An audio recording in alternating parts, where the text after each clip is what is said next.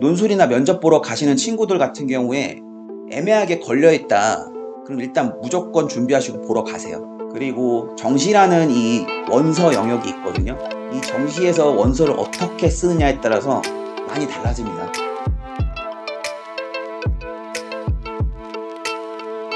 랑쌤TV 시청자 여러분 안녕하십니까, 랑쌤입니다. 2023학년도 수능이 드디어 끝났습니다. 수능 보신 모든 수험생 여러분들 정말 고생 많으셨고요. 수능이 끝났다고 입시가 끝난 것이 아닙니다. 2023학년도 입시는 지금부터 시작입니다. 여러분들이 제일 궁금해하는 난이도 등급 컷 이야기를 해볼 텐데요. 아직 탐구 같은 경우는 시험지가 나오지 않았기 때문에 국어, 수학, 영어 먼저 난이도 분석과 등급 컷 예상을 해보도록 하겠습니다. 국어가 작년에 엄청 어려웠죠. 근데 제가 작년 방송에서도 얘기를 했지만 평이하다라는 말을 기사 타이틀에 항상 붙입니다. 이번 국어 역시 작년보다는 쉽다, 평이했다 라는 타이틀로 기사가 제일 먼저 쏟아졌는데요. 제가 직접 국어를 풀어봤는데 제가 느낀 점은 작년 수능보다는 쉬운 거는 맞습니다. 다만 2등급 이하의 학생들한테는 어려울 수 있는 시험이다, 이렇게 평가가 될 것 같아요. 12번하고 17번을 킬러 문제로 제 지인인 국어 선생님께서 바로 찝어주셨는데 저는 솔직하게 말씀드립니다. 어렵더라고요. 그리고 주어져 있는 보기양이 애매한 것들이 되게 많아요. 그래서 이게 물수능은 절대 아니에요. 변별력이 어떻게 됐냐면 작년 수학과 같은 거예요. 작년에 수학이 만점자가 많이 나왔죠. 이번에는 국어가 만점자가 많이 나올 수도 있을 것 같아요. 아니면은 90점대 중후반에 높은 원점수를 획득한 학생들이 최상위권에는 많이 몰려있을 것이다. 그래서 의치한약수를 노리는 친구들한테는 국어의 변별력이 상대적으로 떨어졌지만 중위권 학생들한테는 국어가 상당히 크게 좌우할 것이라고 예측이 듭니다. 독서 지문이 작년보다 수능 건 맞고요. 그리고 EBS 연계를 상대적으로 충실히 했어요. EBS 연계가 70%에서 50%로 줄어든다고 하는데 국어 같은 경우에는 아주 익숙한 지문으로 구성이 됐기 때문에 EBS를 열심히 공부한 친구들한테는 되게 편한 시험이 됐을 거예요. 문학도 마찬가지입니다. 그래서 2024학년도를 준비하는 친구들 같은 경우에는 EBS 국어는 정말 중요하다. EBS 연계교재 공부를 충실히 하자. 그것을 보여주는 수능이었고요. 9월 시험이 좀 쉬웠잖아요. 9월보다는 그래도 훨씬 어렵다라고 말씀을 드리고 싶습니다. 물론 지난 수능 1등급 컷이 원점수로 언어와 매체가 84점이었고 화법과 작문이 86점이었는데요. 추정이지만 화법과 작문은 90점을 넘겨야 1등급이 나오지 않을까 싶고요. 언어와 매체 같은 경우도 87점에서 88점 요 정도 사이에서 1등급 컷이 형성되지 않을까, 이렇게 생각이 듭니다. 작년에는 표준 점수가 언어와 매체는 149점까지 나왔고 화법과 작문은 147점까지 나왔는데 올해 같은 경우는 140점대 초반에서 형성이 되지 않을까, 이렇게 예상이 됩니다. 이번에는 선택 과목의 유불리를 최소화하겠다고 했는데 선택 과목의 유불리의 최소화가 선택 과목 자체를 쉽게 내버리는 걸로 바뀐 경향이 있거든요. 그래서 화작과 엄매의 점수 차이가 생각보다 더 크게 벌어질 수 있다는 것이 이번 수능의 특징입니다. 그리고 킬러 문제 같은 경우에 자연계열 학생들한테 유리한 지문이 킬러로 나왔기 때문에 자연계열 학생들한테 훨씬 더 유리하지 않았을까, 이런 생각이 들어서 인문계열 학생들 같은 경우에는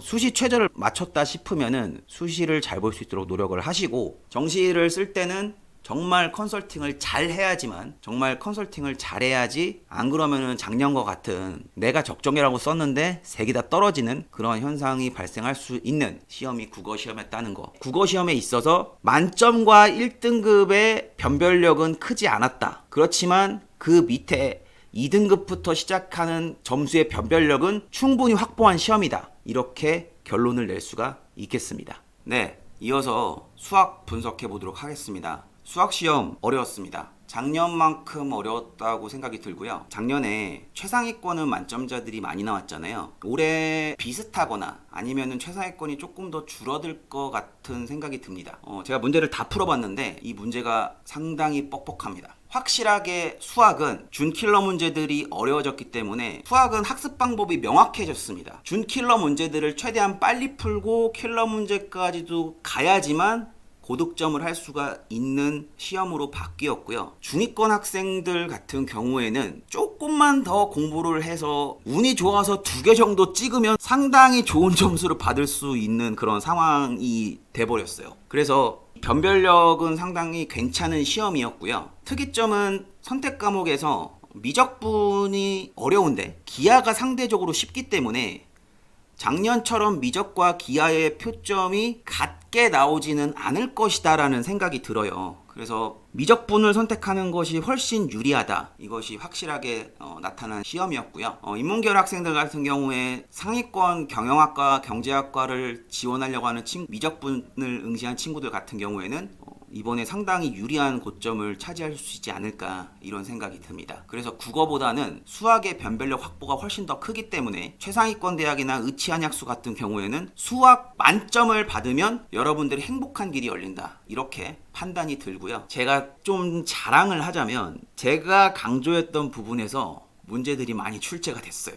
13번 제곱근 문제, 1번에서 수학적 귀납, 수열의 귀납적 정의, 이것도 제가 강조했던 내용이고, 속도와 가속도, 그리고 절대값이 포함되는 지수함수, 로그함수, 평균값 정리에 관련된 합성함수, 킬러 문제를 구성을 했고, 그리고 미적분에서 제가 역함수 정적분 구하는 거를 상당히 강조를 많이 했었는데 이 역시 그대로 출제가 되었었습니다. 이런 것들은 제가 강조를 했는데 나와서 죽지 않았구나, 이런 생각을 했습니다. 그래서 수학이 이러한 기조로 계속 나와야 된다고 생각을 하고요. 확실한 거는 확률 통계를 선택하는 친구들은 미적분을 선택한 친구들보다 표준 점수의 차이가 생각보다 클 수밖에 없다, 이것을 여러분들이 알아두셔야 될 것 같아요. 미적분을 선택하는 게 확률 통계를 선택하는 것보다 훨씬 더 표점에서 유리하다, 이렇게 판단이 들고요. 기하 같은 경우에는 수리논술을 할 때 아무래도 미적분 위주로 많이 나오기 때문에 기하를 선택하는 것은 조금 지양하는 게 좋지 않을까, 이렇게 생각이 드는 수능이었어요. 자, 수학이 어렵게 나올 거라고 예상은 했고 그 예상대로 수학은 어렵게 나와줬고요. 여러분들이 최대한 점수를 잘 많이 확보하셨을 거라고 생각을 하고요. 대략 87점, 88점 요 사이에서 1등급 컷이 형성되지 않을까, 이렇게 생각이 드는데 중위권 학생들한테는 상당히 문제가 어렵기 때문에 70점대 후반만 찍어도 2등급 안으로 들어갈 수 있는 상황이 된다, 이렇게 보여지거든요. 내가 수학을 생각보다 점수가 안 나왔는데 70점만 넘어도 3등급이네? 이렇게 되는 시험이에요.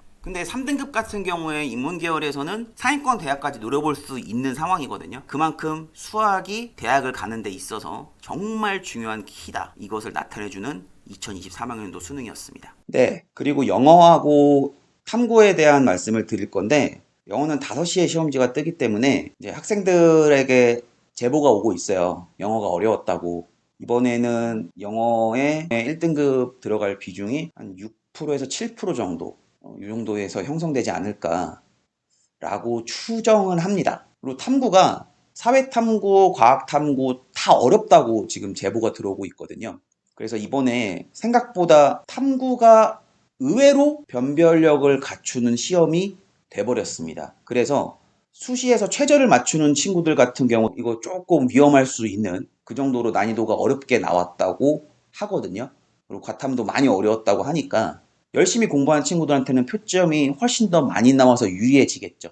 그래서 여러분들 가채점을 하시고 논술이나 면접 보러 가시는 친구들 같은 경우에 애매하게 걸려있다, 그럼 일단 무조건 준비하시고 보러 가세요.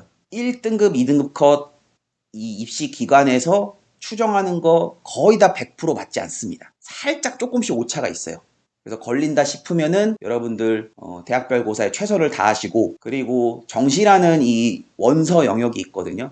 이 정시에서 원서를 어떻게 쓰느냐에 따라서 많이 달라집니다. 여러분들이 정시를 쓸 때도 어떻게 승부를 보면 좋을지에 대해서도 제가 방송을 할 테니까 정말 오늘 수고 많으셨고 일단 푹 쉬세요. 대신 채점은 하고 쉬셔야 됩니다. 고생하셨습니다. 랑쌤이었습니다.